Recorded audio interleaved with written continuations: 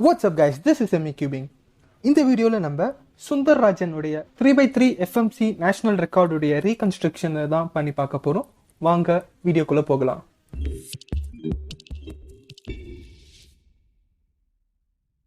இந்த நேஷனல் ரெக்கார்டை பார்த்தீங்கன்னா சுந்தர்ராஜன் இந்தியன் நேஷனல்ஸ் 2023 பண்ணியிருக்காரு.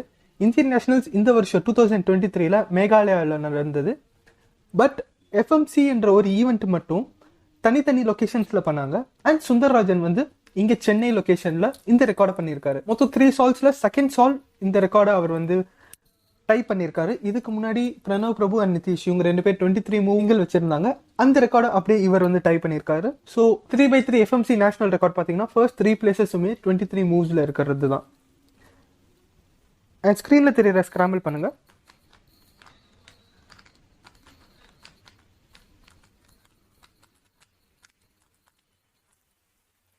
இதுதான் ஸ்கிராம்பிள் பண்ணோன்னு பார்த்தீங்கன்னா நமக்கு அந்த கிராஸ் ஆல்ரெடி அலைன் இருந்தது.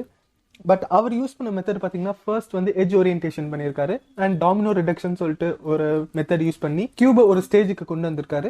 அண்ட் அதுக்கப்புறம் பிளாக் பில்டிங் பண்ணி கடைசியாக வந்து ஆர்னிஸ் யூஸ் பண்ணியிருக்காரு. நடுவில் வந்து நிஸ்ஸும் யூஸ் பண்ணியிருக்காரு. அண்ட் இந்த ஸ்கிராம்பிளில் பார்த்தீங்கன்னா ஃபர்ஸ்ட் எடுத்தோடனே 2 பேடேஜஸ் அவர் பார்த்துருக்காரு. இந்த ஒரு பேடேஜ் அண்ட் அதுக்கப்புறம் இந்த ஒரு பேடேஜ்.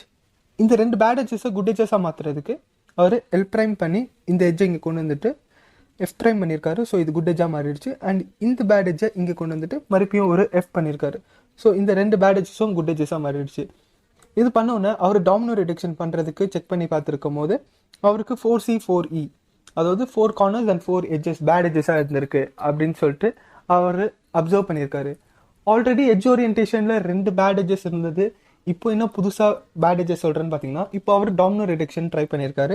இந்த இடத்துல பார்த்தீங்கன்னா இந்த 3 கார்னர்ஸ் அண்ட் இந்த ஒரு கார்னர் வந்து பேடாக இருக்குது. அண்ட் இந்த 2 எட்ஜஸ் அதுக்கப்புறம் இந்த 2 எட்ஜஸ் பேட் எட்ஜஸாக இருந்திருக்கு. ஸோ 4 கார்னர்ஸ் அண்ட் 4 எட்ஜஸ் பேட் கார்னர்ஸ் அண்ட் எட்ஜஸாக இருந்திருக்கு. ஆக்சுவலாக டாமினோ ரிடக்ஷன்ன்றது நீங்கள் கியூபை வந்து ஒரு ஸ்டேஜுக்கு ரெடியூஸ் பண்ணுவீங்க. ஸோ எல்லா கார்னர்ஸும் ஓரியன்ட் ஆயிருக்கும். எதர் எல்லோ ஆர் ஒயிட், அது வந்து டாப் அண்ட் பாட்டமில் ஃபேஸ் ஆயிருக்கும். அண்ட் நீங்கள் யூஸ் பண்ணுற மூவ்ஸ் எல்லாமே பார்த்தீங்கன்னா R2, F2, L2, B2, UD அது மாதிரி தான் இருக்கும். ஸோ உங்களுக்கு வந்து சால்விங் எல்லாமே என்னென்னா R2, F2s அதை வச்சு தான் இருக்கும். ஸோ இந்த இடத்துல பார்த்தீங்கன்னா அவர் சொல்யூஷன்ஸ் எதுவும் ப்ராப்பராக கிடைக்காததால இன்வெர்ஸ் ஸ்கிராம்பிள் போயிருக்காரு. இன்வெர்ஸ் ஸ்கிராம்பிள் போனதுக்கு எட்ஜ் ஓரியன்டேஷன் பண்ணும்போது என்ன சொல்யூஷன் கிடைச்சதோ அந்த 4 மூவ்ஸை வந்து ரிவர்ஸ் பண்ணியிருக்காரு. அண்ட் இப்போ இன்வெர்ஸ் ஸ்கிராம்பிள் அப்ளை பண்ணியிருக்காரு.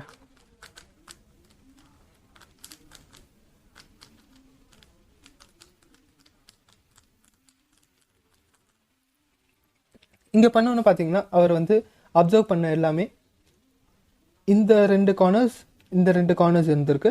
அண்ட் அதே சமயத்தில் இந்த 2 பேடேஜஸ் இங்கே இருக்குது, இந்த 2 பேடேஜஸ் இங்கே இருக்குது. இப்போ அவர் வந்து R2 பண்ணியிருக்காரு. R2 பண்ணி இங்கே வந்து இந்த 3 பேட் பீசஸையும் இந்த 2 பேட் கார்னர்ஸ் அண்ட் பேடேஜஸை வந்து ஒன்றா வச்சுருக்காரு.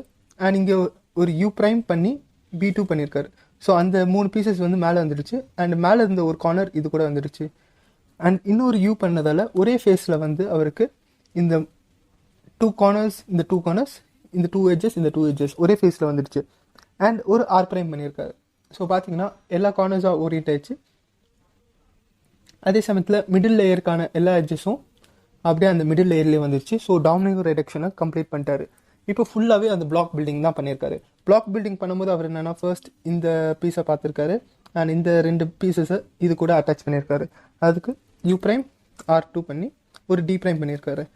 ஸோ இந்த பிளாக் ஒரு 1/2/2 பிளாக் க்ரியேட் ஆகிருக்கு.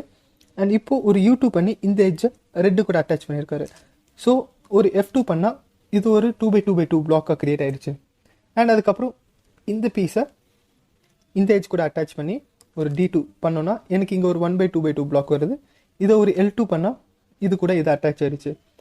அண்ட் இந்த ஸ்கிராம்பில் பார்த்தீங்கன்னா இங்கே எனக்கு அப்படியே ஒரு ஃபுல் பிளாக் க்ரியேட் ஆகிருக்கு. அண்ட் இந்த 2 பீசஸும் கரெக்டாக ஆப்போசிட்டில் இருக்குது. ஸோ இந்த ஆங்கிலேருந்து ஒரு B2 பண்ணி ஒரு D2 பண்ணியிருக்காரு. ஸோ அந்த 2 பீசஸும் அழகாக அட்டாச் ஆகிடுச்சு. அண்ட் இன்னொரு B2 பண்ணும்போது எனக்கு பார்த்தீங்கன்னா லாஸ்ட் 3 எட்ஜஸில் வந்து நிற்குது. மீதி எல்லாமே சால்வ் ஆகிடுச்சு. இது வரைக்கும் பார்த்தீங்கன்னா அவருக்கு 19 மூவ்ஸ் வந்திருக்கு. அண்டு இந்த லாஸ்ட் 3 எட்ஜஸை அவர் சால்வ் பண்ணணும். இது சால்வ் பண்ணுறதுக்கு இன்சர்ஷன் யூஸ் பண்ணியிருக்கணும்.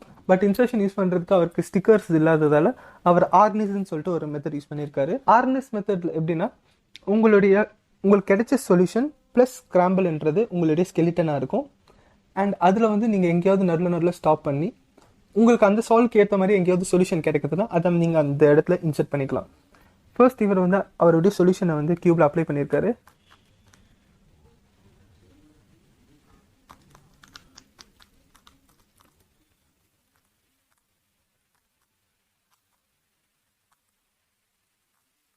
அதுக்கப்புறம் ஸ்கிராம்பிள்.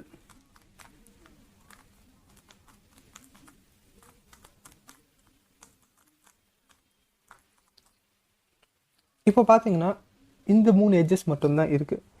இந்த 3 எட்ஜஸ் அதுவும் ஒரே ஸ்லைஸ் இருக்கிறதால 6 மூவ்ஸில் ஈஸியாக அவரால் இந்த 3 பீசஸை சால்வ் பண்ண முடிஞ்சது. ஒரு B2 பண்ணி RL ப்ரைம் பண்ணனா இந்த பீசஸ் வந்து அப்படியே அலைன் ஆகுது. And D2 R prime L பண்ணனா அந்த 3 எட்ஜஸும் சால்வ் ஆயிடுது. இப்போ இந்த 6 மூவ்ஸையும் அவருக்கு கிடைச்ச அந்த சொல்யூஷன் முன்னாடி போட்டோடனே அந்த L அண்ட் L ப்ரைம் வந்து கேன்சல் ஆகுது. ஸோ ஆல்ரெடி 19 மூவ்ஸில் ஒரு மூவ் கேன்சல் ஆயிடுச்சு. அண்ட் இந்த 6 மூவ்ஸில் ஒரு மூவ் கேன்சல் ஆனதால 5 + 18 23 மூவ்ஸில் இந்த சொல்யூஷன் அவர் கொண்டு வந்திருக்காரு. And that's it from this video. Thank you for வாட்சிங் அண்ட் பாய்.